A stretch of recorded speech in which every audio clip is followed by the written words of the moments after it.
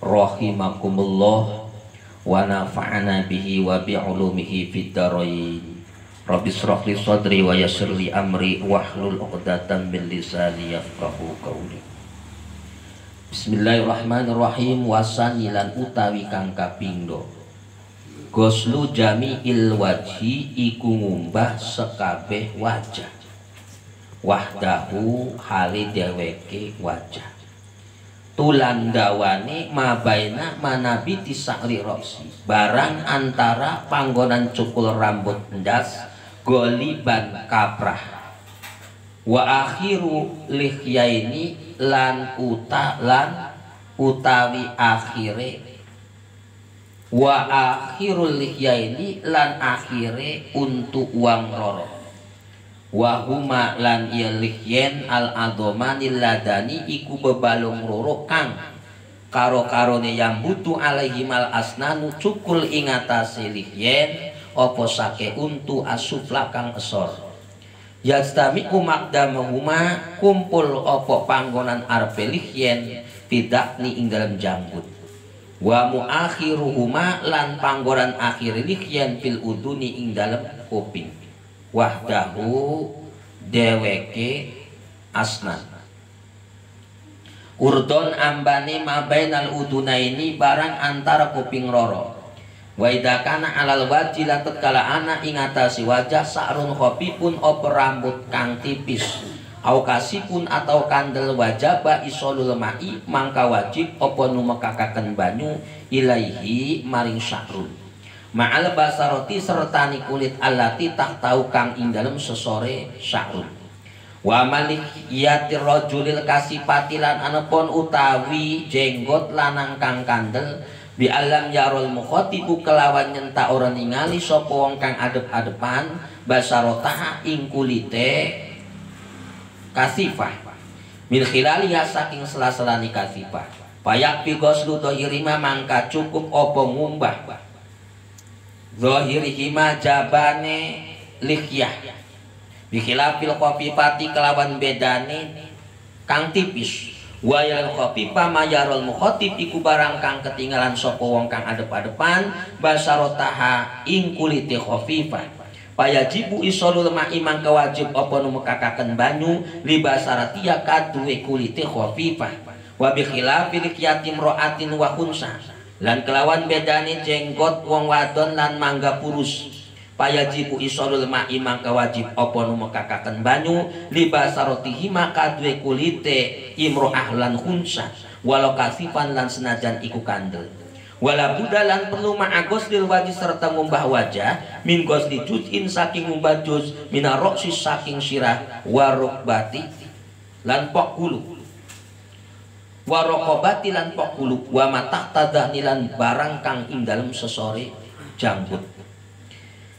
Jadi termasuk di antara fardu wudu yang kedua sebagaimana telah dibahas dan telah kita ketahui sebagian besar bahkan hampir seluruh kitab fikih mengatur fardu wudu itu ada 6. Berarti yang 6 perkara ini ketika kita berwudu harus dilakukan. Apabila yang 6 perkara ini tidak kita jalankan ketika melakukan wudu, maka jelas wudu kita tidak sah. Secara sepintas saja disebutkan: 1. Niat, kedua membasuh muka, sirah, ketiga membasuh kedua tangan sampai sikut, keempat mengusap sedikit sirah, kelima membasuh kaki sampai mata kaki, dan yang keenam tartib. Ini sepintas daripada gambaran fardu wudu yang 6. Artinya yang 6 perkara ini hukumnya wajib kita lakukan ketika kita berwudu. Di luar itu berarti hukumnya sunnah. Kemudian kita akan menjelaskan, akan membabarkan daripada pembahasan fardu wudu yang kedua. Sebagaimana kita telah bahas kemarin, fardu wudu yang pertama adalah niat. Sekarang akan membahas fardu wudu yang kedua. Wasani ghuslu jami'il wajhi, fardu wudu yang kedua adalah membasuh wajah. Namun wajah di sini bukan sekedar wajah, tapi jami'il wajhi, seluruh daripada wajah. Seluruh daripada hukum wajah ini ketika kita berwudu wajib terbasuh dengan air. Maka musonif menjelaskan batas-batas wajah yang wajib terbasuh dengan air. Ketika seseorang berwudu membasuh muka, akan tetapi di antara juz muka tersebut ada yang tidak terbasuh dengan air, maka hukum membasuh mukanya tidak sah. Berarti ketika belum dikatakan sah membasuh muka, maka jelas hukum wudunya tidak sah. Maka batas mana saja ketika kita membasuh muka itu yang wajib terbasuh dengan air? Tulan ma baina manabiti sya'ri roksi goliban. Adapun panjang dari batas muka yang wajib terbasuh dengan air adalah ma baina manabiti sya'ri roksi goliban. Dimulai dari panggonan ya tumbuhnya rambut kepala. Iki hukum panjang.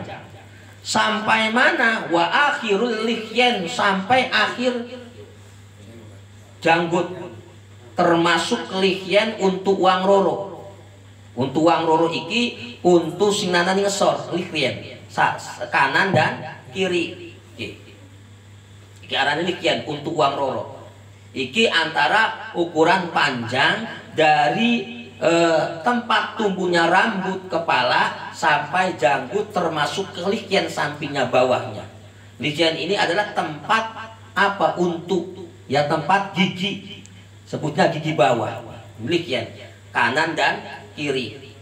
Janggut kemudian lihyen, tempat tumbuhnya gigi paling bawah antara kanan dan kiri.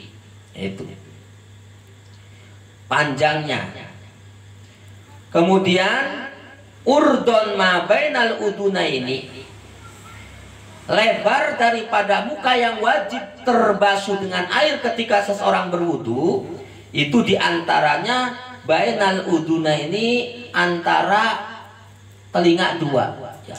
Kalau bahasa kitanya pepentil kuping, pepentil kuping kanan dan kiri, iki ambani. Jadi kalau dilingkarkan, ketika kita membasuh muka ini, sing pucuk cukule rambut ya, kemudian sampai pepentil kuping, sampai ke bawah, ke muter untuk uang samping ya, gigi paling bawah, sampai ke janggut, sampai muter ke tempat gigi paling bawah sebelah kiri, sampai pepentil kuping sebelah kiri, sampai muter maning tempat tumbuhe rambut. Iki jadi sekabe iki ketika kita membasuh muka wajib tersiram dengan air. Itu batas-batas seseorang ketika berwudu, wajahnya wajib tersiram dengan air. Iku wates. Wa idza kana 'alal wajhi sa'run khafifun aw kasifun wajaba isolul ma'u ilaihi ma'al basarati ila allati tahtahu. Adapun sesuatu yang tumbuh di wajah seperti apa? Umpama ning raine iki tumbuh rambut sing tipis. Karena kadang-kadang wajah ana sing cukup rambut ya tipis kah.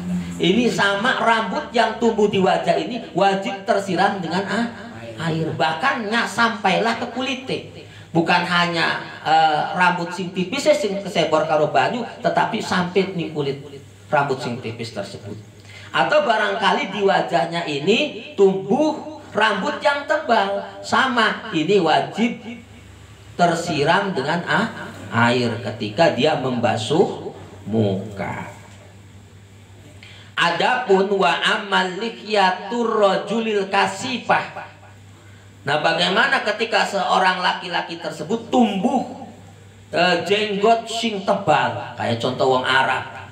Ada wong kita Indonesia mah ya kayak laki tebal ku ya. Anak kadang-kadang telu dingu bisa. Kayak jenggot bedus.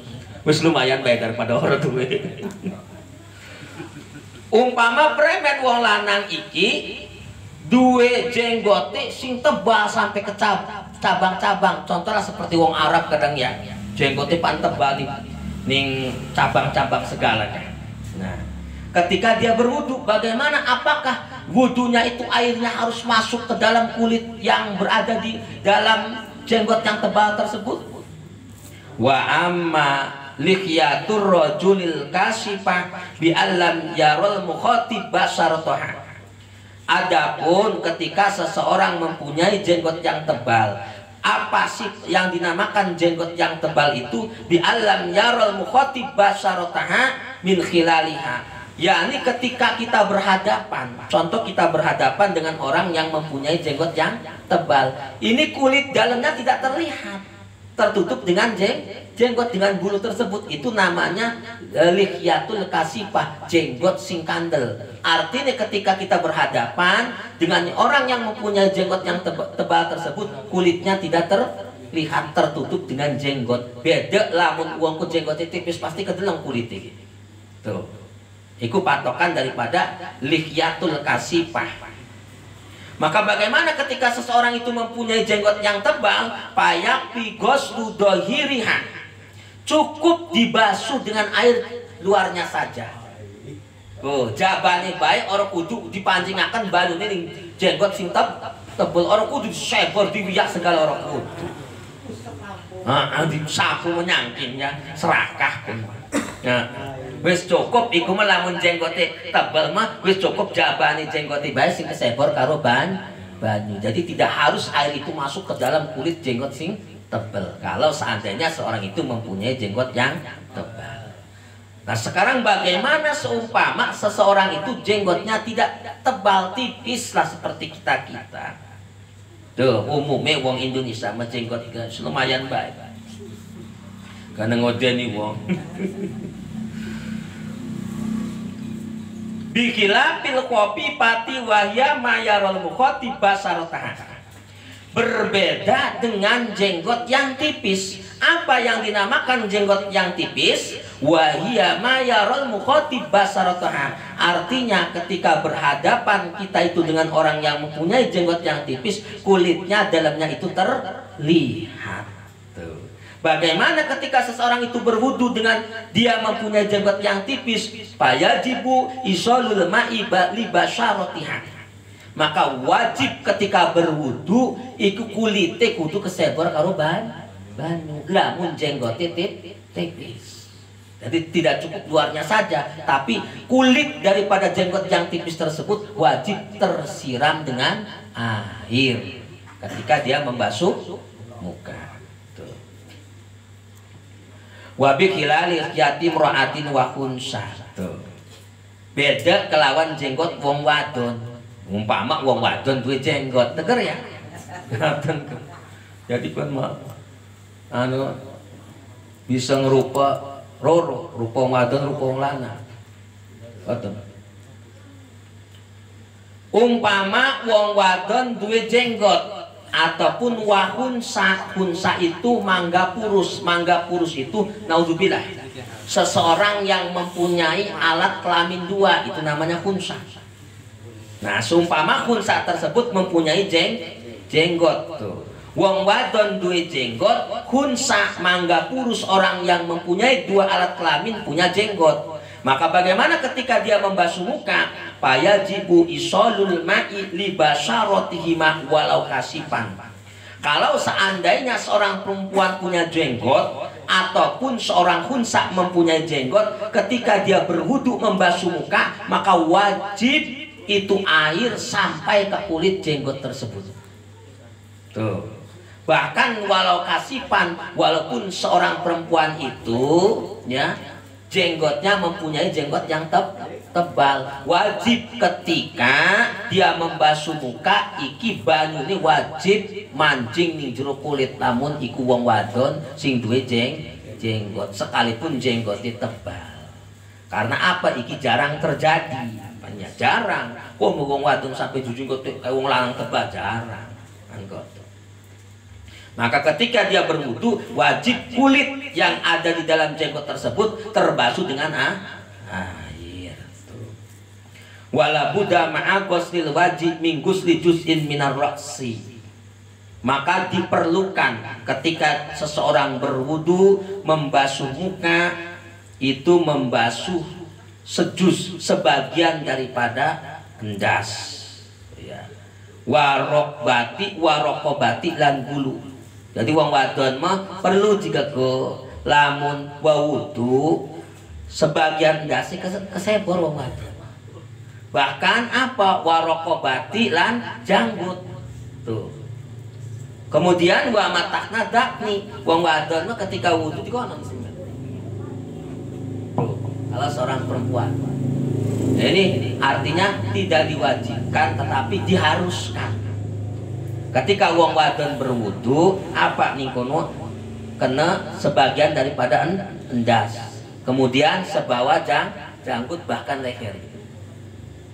Ini bagi seorang perempuan. Ini diantara penjelasan-penjelasan bagi seseorang yang membasuh muka. Kenapa Mama Musonif menjelaskan sedetil mungkin daripada pembahasan membasuh muka, supaya ketika kita berwudu jangan asal-asalan.